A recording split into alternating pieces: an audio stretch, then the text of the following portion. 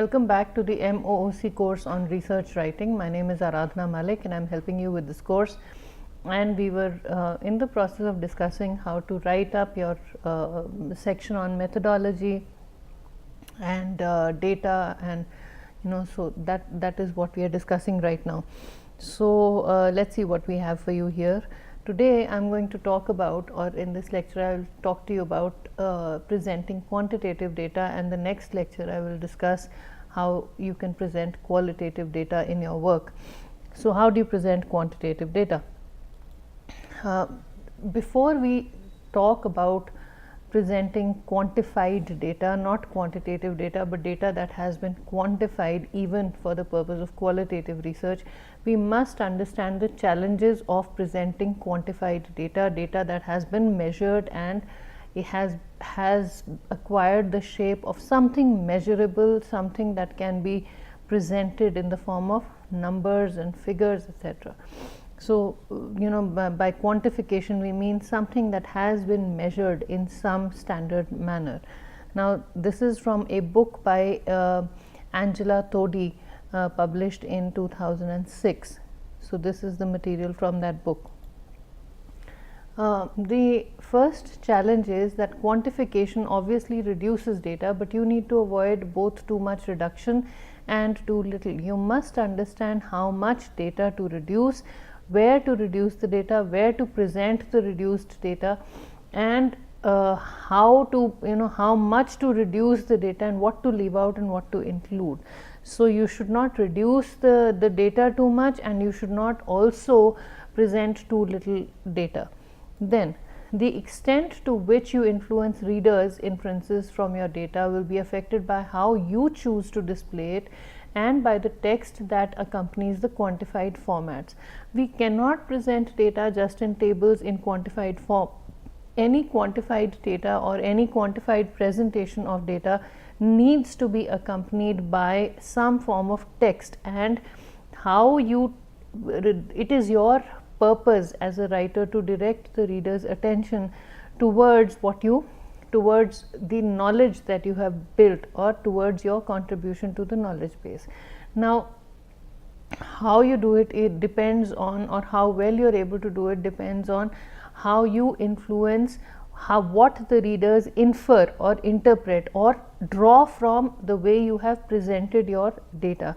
So, and how you have explained that data, or how you have described that data, how you have put the tabulated form of quantified data into the text. The quantified data may need supporting proof from raw data, mathematical workings and statistical techniques to demonstrate how you gathered and reduced your data, found correlations and established the robustness of your findings. We don't present raw data. When we present data, we are talking about the analysis part. Now, when we analyze the data and present the analysis, we don't give all details of all the raw data we have collected. We may have collected raw data for 400, 500, 1000, 2000 data points. However, we don't put all that into the paper or into the document that we are writing. We reduce the data, we manage the data, we organize the data. Now, the process of organization of this data, the process of data reduction must be explained in as clear terms as possible for the reader to understand how you arrived at the analysis that you have arrived at. So, this must be indicated, whatever you are presenting there must be supported by appropriate mention of the techniques that were used to reduce the data and the method that was used to reduce that data. Then, the language and style in quantitative presentations require as much attention as in qualitative or narrative presentations. How you reduce the data, how you present it, the language you use is of utmost importance. I have been asked by my students as to why I emphasize so much on language and grammar and presentation and the syntax and the words that are used. The words give the reader an idea as to what you really want the reader to derive from the presented data. So numbers can be read by everybody, but how those numbers should be read and what conclusions should be drawn from those numbers depends on the language that you use, the style that you use, the style of writing that you use, the format of writing that you use, the genre that you use. So all of those things are very important, and using appropriate grammar is very, very important, because when you use appropriate grammar, the reader gets an idea as to what as to the clarity of whatever you are saying in your mind. The clearer the readability is, or the more readable the material is, the easier it is for the reader to understand as to what you are getting at. So that is very, very important. Ethics need consideration because research proved numerically appears to have unassailable realism and certainty. Most readers are only too ready to believe figures even if they are poorly presented or inaccurate, deliberately or accidentally. So we must present data that can be replicated. The reduction must be in such a way that any person with the same amount of information and knowledge within a similar context is able to draw similar conclusions. Why? Because numbers seem more believable, they seem more tangible, they seem more robust. They may or may not be, but numbers accompanied with explanations seem much more robust than explanations themselves, and they are more believable, and the reader is more easily convinced by what you are saying if numbers are there. This is not to undermine the importance of qualitative research. I have already delivered a series of lectures on qualitative research methods through the NPTEL forum. You might want to go through that if you're interested in knowing what qualitative research is all about. There are lots of other lots of eminent professors who have talked about qualitative research and who have delivered exceptional lectures, and through the NPTEL forum also. So qualitative research has its own place, but numbers have seem much more believable. So one must be very, very careful when dealing with numbers, and especially while presenting numbers. So the idea is, or the acid test is, that anyone with the same amount, with the raw data, with access to the data that you had, with who processes the raw data the way you have within a similar context, will arrive at similar conclusions that you have arrived at. We will discuss more about this when we talk about ethics of presenting research in the last week of classes. Then the appearance and placement of quantified data affect the reader's interest and comprehension of your data. Long drawn out tables with bad fonts are very difficult to read. So tables need to be concise, precise, they need to be broken up. Tables running into more than one page are usually they skip the reader's interest. Now in some cases that must be, that has to be done, we can't prevent that, but to the extent possible, if all the information that you put in one table is on one page and can be seen in one shot, that really helps the reader get a better view, or that keeps the reader's interest anchored to whatever is being discussed. How the data appears, how the data is placed within the table, how it is discussed later outside the table, has a significant impact on how well the reader receives it and how well the reader is able to understand it or comprehend it or make sense of it. Now, how do you decide when and how to quantify data? People. How far is your audience likely to understand your data unaided? These are some of the questions you must ask. When you quantify data, yes, you provide explanations, but the way you present it should be such that people should be able to understand or make sense of what you're trying to say through the table, through your infographics, things that we will discuss soon enough, as to what it is that you're trying to say without having to read the explanation.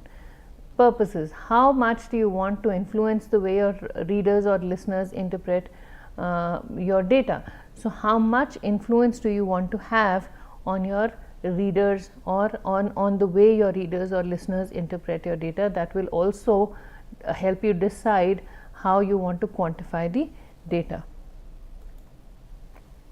Precedents. Again, what has been done before, what is considered the norm for the particular type of publication or presentation or subject. Expository text can be used to illuminate the voices of those who have appeared only as mere numbers in a table. Many times some portions of a table just highlight some numbers, but we are not able to explain them, or their significance does not come through when we read the table. Now those points can be highlighted in your expository text, which is the description that you write about the table. And practicalities. How much space can you allow for explanations? Now when we write a document, we usually have a word limit. In your own institutes, you must be having a limit on the number of pages your dissertation can run into. You must be having a limit on the number of words that you can write for in an article for it to be submitted to a particular type of journal. So all of these things pose severe limitations on how much we are able to explain. Now these are the practical aspects. How many words can you save by non-repetition of data in tables and text? Sometimes we need to repeat everything, sometimes we only need to highlight the points, the significant points. How close to the table can the explanation be set? So all of these things need to be considered, how you quantify your data and when you quantify your data and where you place it in your document. Some suggestions regarding the appearance of quantified data. Again, all of this is information garnered from Todi's book. Tables, graphs and figures must be as near and as adjacent to the related text as possible. A variety of formats, graphs, bar and pie charts, tables and figures, so that readers are not bored by repetition, but where the same tests have to be applied to several sets of data, you will need to report them similarly or consider how far data sets can be collated. So you might want to combine data sets, you might need to repeat them, but to the extent possible have some variety in the way you present your data so that the reader's attention is anchored with the text. Alignment of text and data in columns. Again, this is the actual nuts and bolts of presentation. You know how you align the data and text to columns. Sometimes you may need to use a narrower font. I remember during my own dissertation days, I made tables that ran into 3 pages, and even the table that was confined to 1 page did not fit in within the margins specified for submitting the dissertation. So what I did was, in order to shrink the space or create more space, instead of using Arial font, which is what I was using for my tables, I used Arial Narrow. Now that cut down on the space. This is just an example. I'm not trying to promote the use of any font, but then that seemed to work in my case because the table was too large, but then I had to do it across all tables. So all the tables that were on that full page were in Arial Narrow font, so that more space could be created for more information to fit in. But then that was the case when the amount of space that was required was very little. Sometimes you're just not able to do it. The point here is that the appearance needs to be such that it aids the readability and information is not also lost. So you have to work, whatever you present has to go through many iterations. Okay. Sans serif font for figures. Now I hope you know the difference between serif and sans serif. Serif fonts are fonts that have an edge. For example, I'll just show you for those of you who don't know. Now this font is sans serif and this is, I'll just show you what a serif font looks like.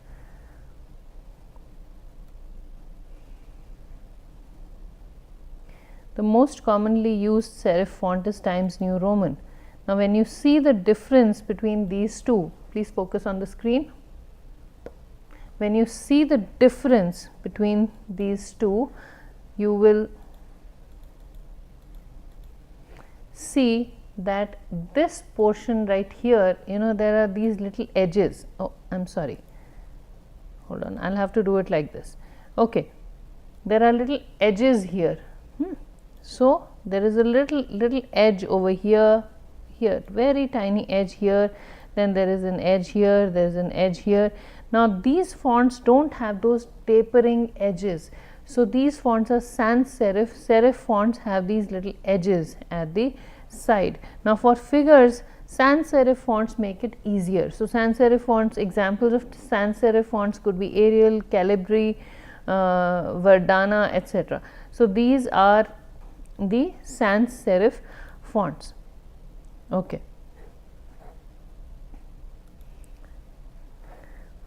So, these fonts make for easier reading. And the last point in these suggestions is the consistency of format for presentation of figures, tables, charts, etc. You must be consistent in the way you present your tables, the table headings, the fonts that you use, the font size that you use, the spacing that you use, the formats that you use. So, all of that needs to be very consistent throughout your document. Okay. Now, some reducing data.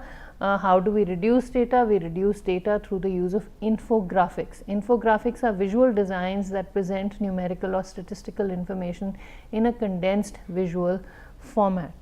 Various types of infographic, informational graphics. The way to remember what this word means is infographics means informational graphics. So, let us see what these are. Some examples are tables, line and area charts, pie charts, bar graphs and Gantt charts. Now, where do you use these infographics and how do you use these infographics? To demonstrate how a relative portion compares to the whole, you use a pie chart. To show relationships, similarities or different pieces of information, it is a good idea to use a bar or a line chart. To depict the progress or status of information or events over time, it is a good idea to use a line chart. To rank the importance or size of an idea, event or object, it is a good idea to use a bar chart. To present specific numeric information or brief comparative text, it is a good idea to use a table. And to chart the duration of scheduled activities for a project or task, a Gantt chart would be most useful. I will show you some examples of these. I will not show you the example of a table. I have left this page blank. You know what tables look like. This is what a line chart looks like. Now, this is a different